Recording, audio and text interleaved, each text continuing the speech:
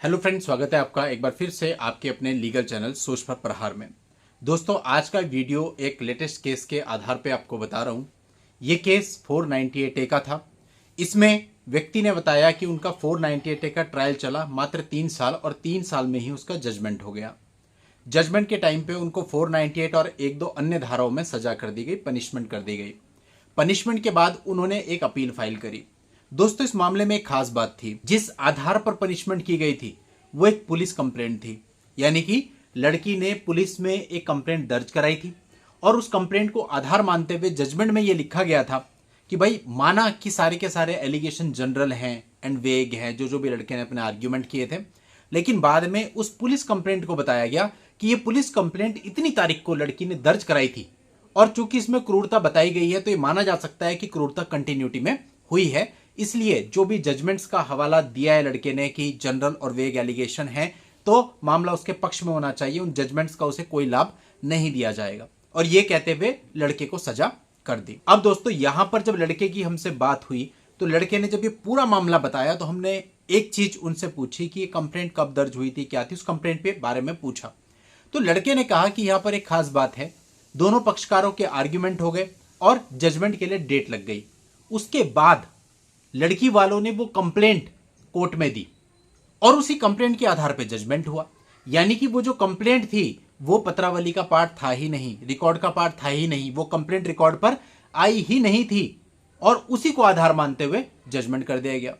दूसरी खास बात इसमें यह है कि जब वो कंप्लेंट बहस के बाद लड़की वालों ने कोर्ट में दी तो यानी वो लड़के वालों की नजर में तो थी नहीं, यानी लड़के वालों को उसकी कॉपी नहीं मिली और लड़के वालों ने उस पर बहस भी नहीं की, उस पर अपने ऑब्जेक्शंस भी नहीं दिए, अपना पक्ष भी नहीं रखा, उनकी जानकारी के बगैर ही एप्लीकेशन दी गई।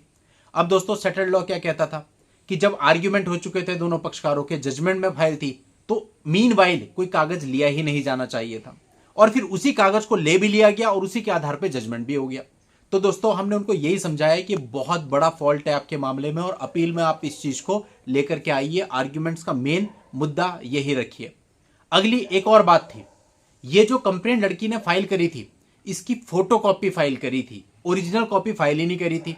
अब सेटल्ड लॉ और बहुत सारे जजमेंट्स क्या कहते हैं कि फोटोकॉपी के आधार पर कोई भी जजमेंट नहीं हो सकता, फोटोकॉपी कभी भी एडमिसिबल नहीं होगी जजमेंट के टाइम पे, ओरिजिनल आपको देनी पड़ेगी। ओरिजिनल थी ही नहीं, तो यह भी गलत है कि फोटोकॉपी के आधार पे कैसे जजमेंट कर दिया। तो कई बार दोस्तों ऐसा होता है कि चीजें आपके पक्ष में होती हैं लेकिन उसके बावजूद भी जजमेंट आपके अगेंस्ट हो जाते हैं। अब वो किसी भी वजह से हो सकते हैं, जैसे आपको इस मामले में मैंने 2-3 मुख्य वजहें बताई जो कि सेटल्ड लॉ के अगेंस्ट है, लेकिन उसके बावजूद लड़का पनिशमेंट झेल रहा है और अभी अपील चल रही है। अब अपील में पता नहीं उसने इन चीजों को लाया है या नहीं लाया है, लेकिन जब हमारी उनसे बात हुई तो ऑलरेडी अपील फाइल हो चुकी थी।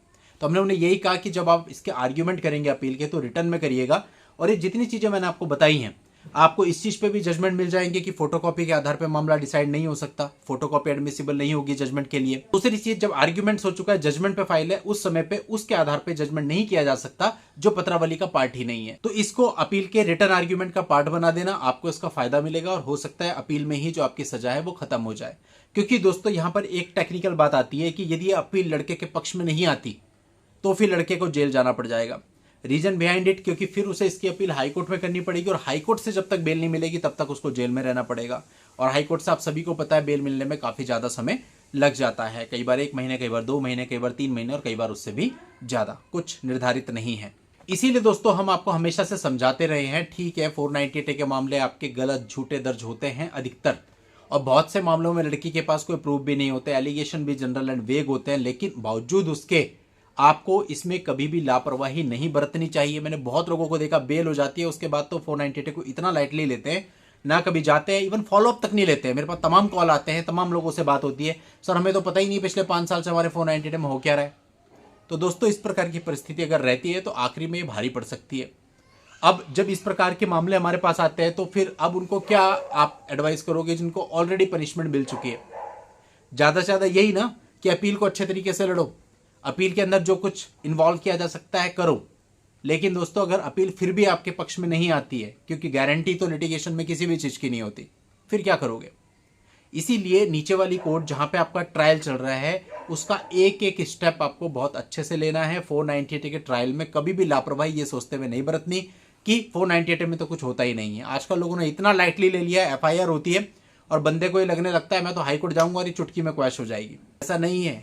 आप हाईकोर्ट जाएं, बिल्कुल जाएं, ट्राई करें, बिल्कुल करें, मेहनत कोशिश करें, बिल्कुल करें, वो एक अलग बात है। बट ये ओवर कॉन्फिडेंस नुकसान कर देता है, क्योंकि क्वैशिंग का रेशो क्या है आप देखिए ना, 20% मामलों में मुश्किल से क्वैशिंग एक्सेप्ट होती है, 80% मामलों में क्वैशिंग नहीं होती है, रिजेक्शन होता है। तो इसलिए दोस्तों ओवर कॉन्फिडेंट भी नहीं होना, अपनी तरफ से कोशिश करनी है क्वैशिंग कराने की। हो जाती है तो ठीक है, और अगर नहीं होती तो ट्रायल बहुत ही सावधानी से लड़ना है, अदरवाइज ऐसी परिस्थिति किसी के भी सामने आ सकती है। तो दोस्तों उम्मीद करता हूं इस केस के रेफरेंस से आप काफी कुछ समझे होंगे।